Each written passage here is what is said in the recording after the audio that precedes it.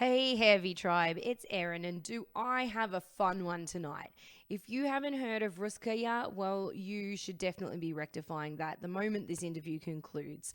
They are this crazy infusion of metal meets ska punk, but with traditional Balkan vibes, polka. It's pure chaotic joy, is what it is. And look, this is a little bite sized taste of what I'm talking about.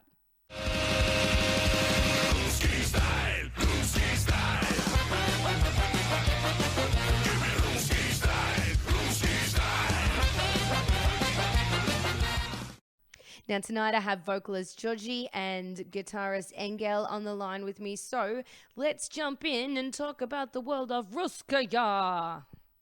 Hello, Erin. This is Georgij. Hey, how you doing? Hey, I'm fine. Thank you. Thank you for spending some time with me this evening or this morning. I don't know what time it is where you are. We have 10 o'clock in the morning. Oh, good morning then. Good morning. Good morning. Yeah, my colleague Engel will come. I think he's on now, actually. Hello. Hello. Good morning. Good morning. What's the time in Australia? It's just gone 8 p.m. at night, actually. Ah, great. Friday night.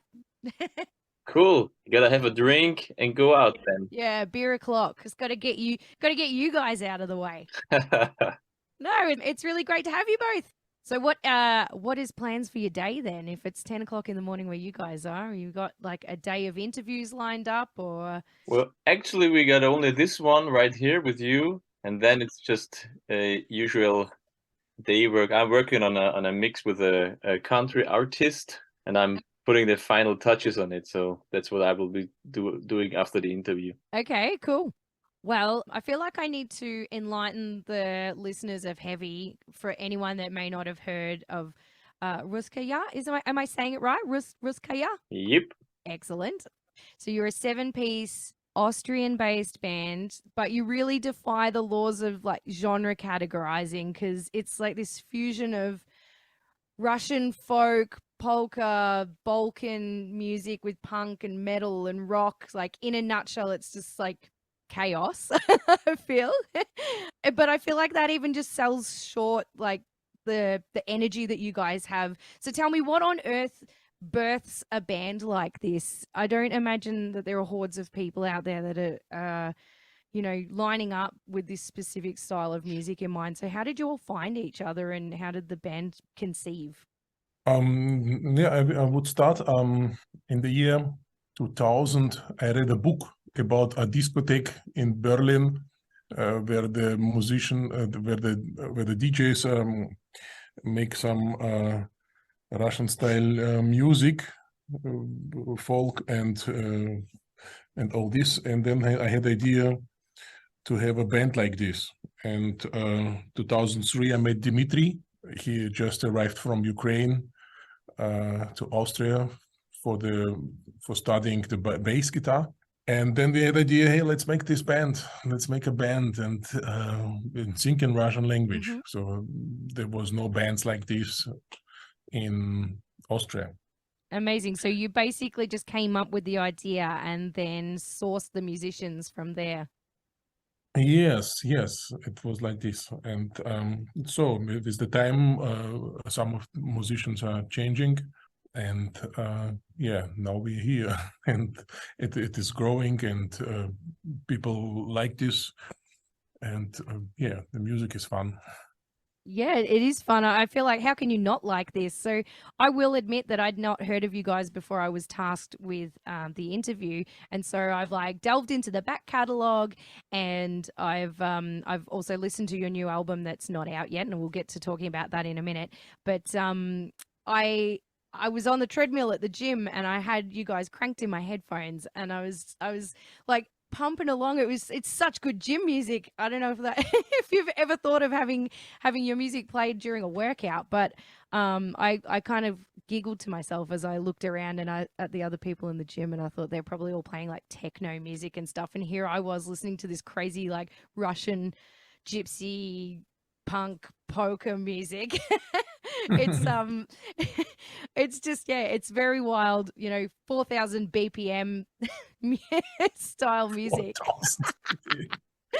That's what it felt like when I was trying to keep up to it on the treadmill anyway.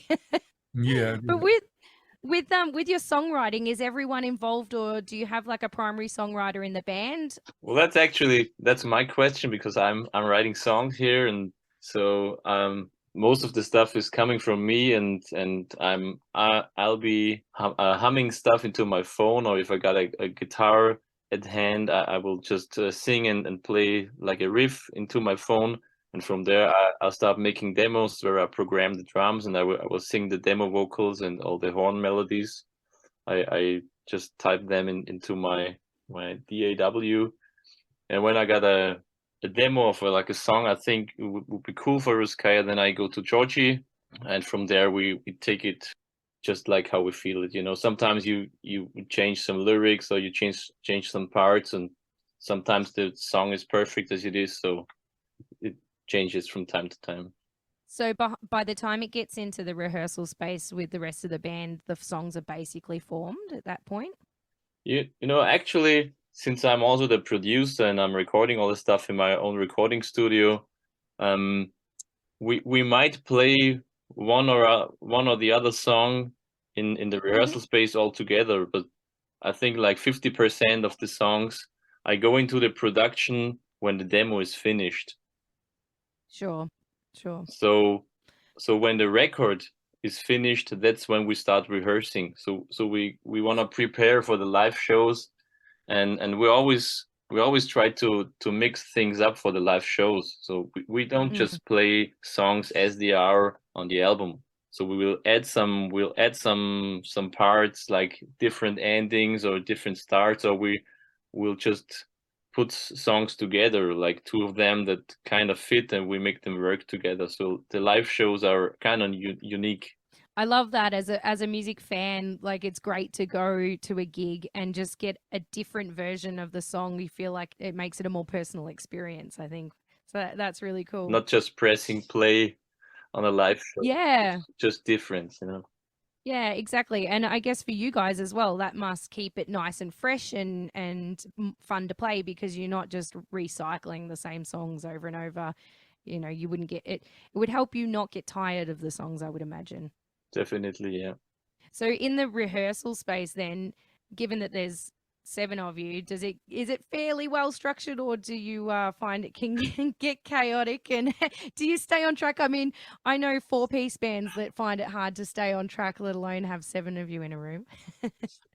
After all these years, we kind of, the ones in the band that are in there for a longer period of time, but now we have settled on like a Russkaja rehearsal routine. That means having lots of patience. Yes. to getting all the 7 band members into the room. Everybody has an instrument in hand. Yes, yeah. And stuff like that, I think, if I remember correctly, like the last rehearsal we did one week ago, and we just rehearsed the day before. So I was thinking, well, next day everybody will be here on time, but nope. 2 of us were like an hour late or something. But it's not like they come in late and we start a fight over coming late, but it's just, yeah, they're here now and let's start. So yeah, I mean, you're expecting musicians to be reliable, like that's crazy. I don't expect this. That's it. If you go into it with no expectations, then you'll be fine. Is there one member that you've always got to tell off? I know I'm in a band, and I know there's one member that like is always making noise on their instrument when you're trying to say something, and you've got to tell that person to shut up. Have you got a troublemaker? Have you got that person that you got to tell off? Well, I think we're actually got a pretty good discipline at the rehearsals, but if I would have to name one, it would be Mario, our drummer. Damn drummers. Because he has such a loud instrument. Yeah, they can't help themselves. So you're about to drop a new album. It's titled Turbo Polka Party, which is like the name speaks for itself, really. Correct me if I'm wrong, but this is album number 7 for you guys. Am I right? Well, actually, I'm not sure. Is it 7 or 8? I think it's 7. Lucky number 7. See, that's a good sign when you've got to a point where you can't even remember how many you've got. So what do you think makes this album different to your previous releases? Well, actually, the record we did before the new one, we were going with a major label, and the major label, they sent us to like a very well-known German producer team, and we had the plan to make our music like a little more accessible to people. So we started the process, and we were all for it. But when we were in the middle of the process, well, like recording stuff and getting songs ready, we had the feeling that this just doesn't feel like 100% right for the band. So for the next album, for Turbo Polka Party, especially me, when writing songs, I just wanted to write whatever I think is cool with Russkaja and this band. So there were no outside voices telling me what to do or anything. And since I also did all the recording stuff, producing and the mixing, there was no one telling me, this should sound like this, or can you maybe do the mix more in this direction. So I was just totally free. And also Napalm Record, they didn't tell me what to do. And I think this makes it a very authentic record in that respect. Yeah, I was gonna say it's a really good record. It's very cohesive. It flows really well, and I would say that just having, I know, like I said, I'm a newbie to your music, but from what I've listened to back catalog wise to now, it sounds like it's just got that little bit heavier element to it. Was that something that just sort of naturally occurred, or did you plan to make it sound a little bit more it's almost got new metal-esque vibes in some of the songs? Yeah. Oh, really? New metal. Which is, I like that. I didn't really plan that, but as Georgij also knows, like a few years ago, I just got into lots of stuff that I grew up with again, music-wise. So I listened to all the stuff ranging from Soulfly to Metallica, like all the stuff, and it just felt natural. Also, after that last record we did, that was a little bit softer. I just want to do some riffs and some guitar driven stuff and like halftime grooves and stuff like that. And since Georgij and me, we got like a common sense of heavy music, because we kind of grew up with lots of same stuff. Like we listen to like 90s hardcore music, Biohazard and stuff like that, and Pantera, Machine Head, all that stuff, and lots of that came back, and I found it interesting to combine that heavy riff driven stuff with that klezmer music melodies. yeah, absolutely.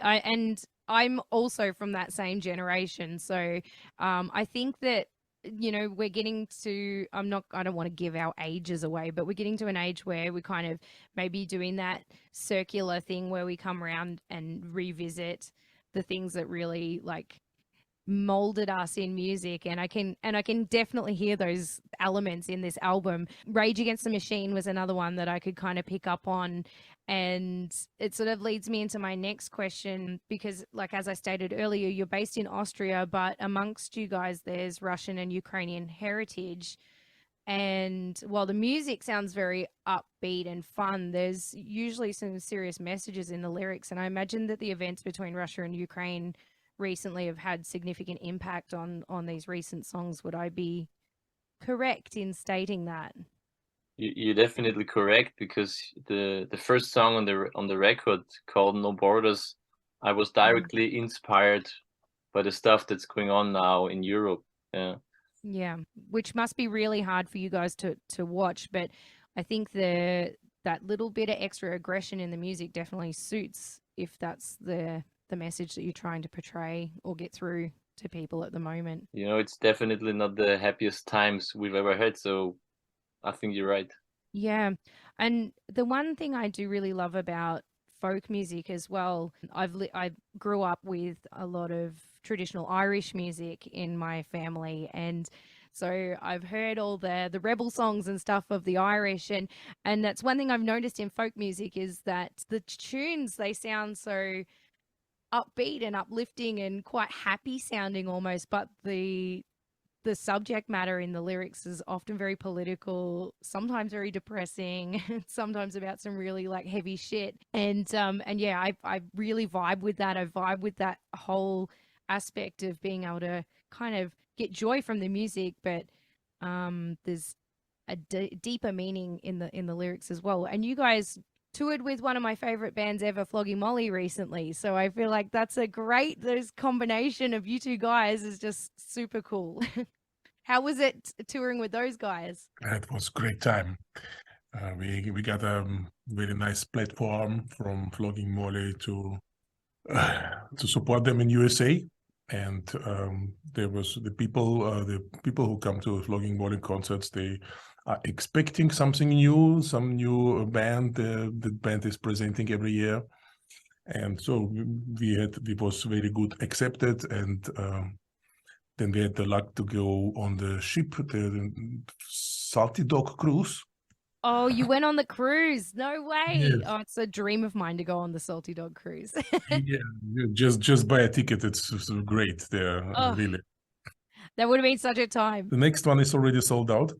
And yes, and it was very good. So we played in England, all 3 support shows with Flogging Molly. And yeah, we had a really good time, and we love each other, and we spread this love in front of people. Once I started listening to your music, I've been telling everyone about it. I'm like, you got to hear this band. They're so fucking good. And then I hear that you toured with one of my favorite bands ever, and I'm like, oh god, this is a time that I've really missed out on something here. Are you guys ever going to come over to Australia? Is it on the cards at all? Well, I hope so. I hope so, because you know, I even got relatives there. Like my sister-in-law is living in Brisbane right now. Okay, Brisbane, beautiful spot. You definitely have to come over then. So I hope so. I hope we'll get some offers very soon. You know, it's not the neighborhood Australia for us. Yeah. So the logistics aren't that easy, but I hope we're coming over soon. So maybe if you can bring something into rolling, then feel free. I will. I'll start spreading the word and get. I'll have to make some friends with some promoters and and get you over here.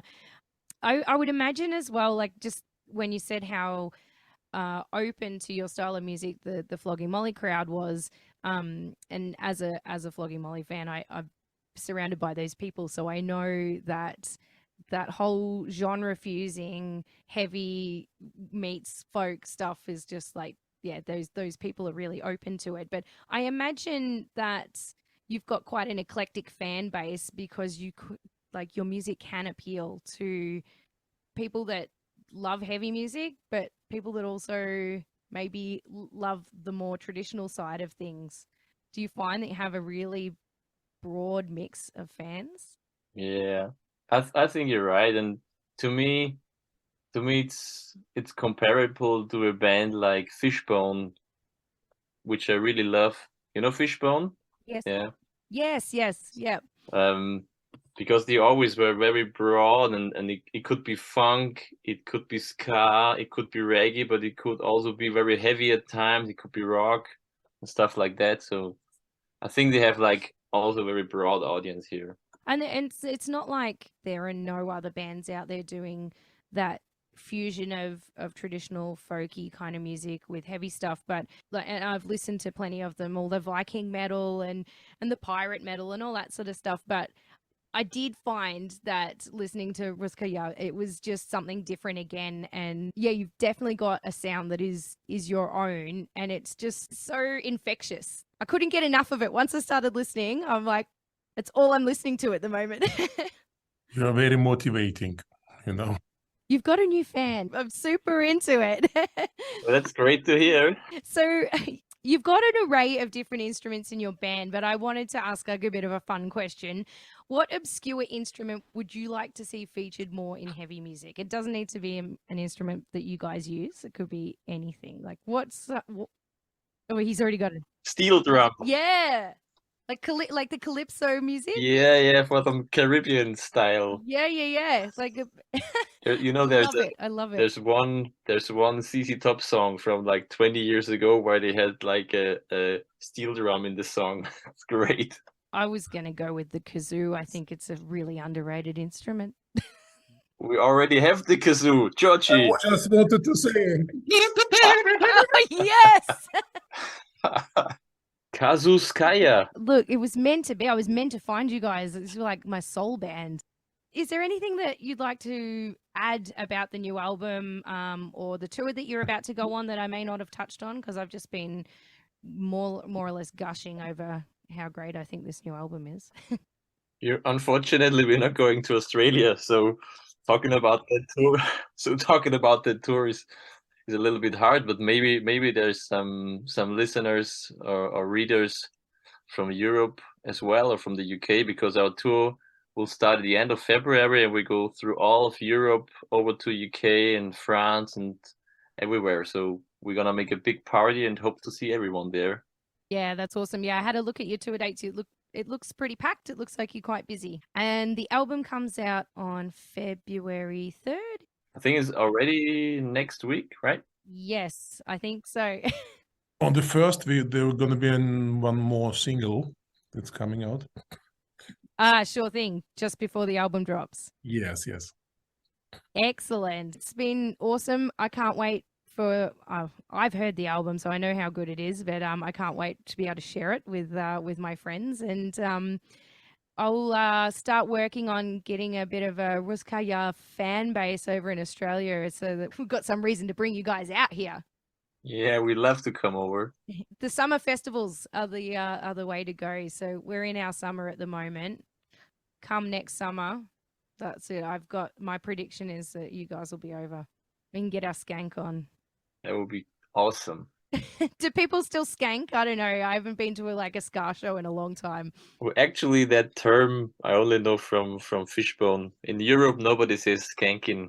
Fishbone and Bob Marley, I think. Yeah, right. I used to go to a lot of ska punk shows when I was a teenager, and that was the done thing, the skank circles. Anyway, thank you so much for your time, guys.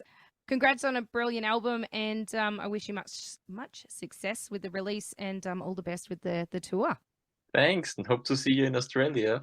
Hell yeah. Thank you, Erin, for the interview. Thank you for the invitation, and we will see us one day. And just to reiterate, Russkaja's newest album is titled Turbo Polka Party, and it's available on all the usual platforms as of Feb 3rd. I personally highly recommend it to get you through your next cardio session. I am the chaos, I am the genius.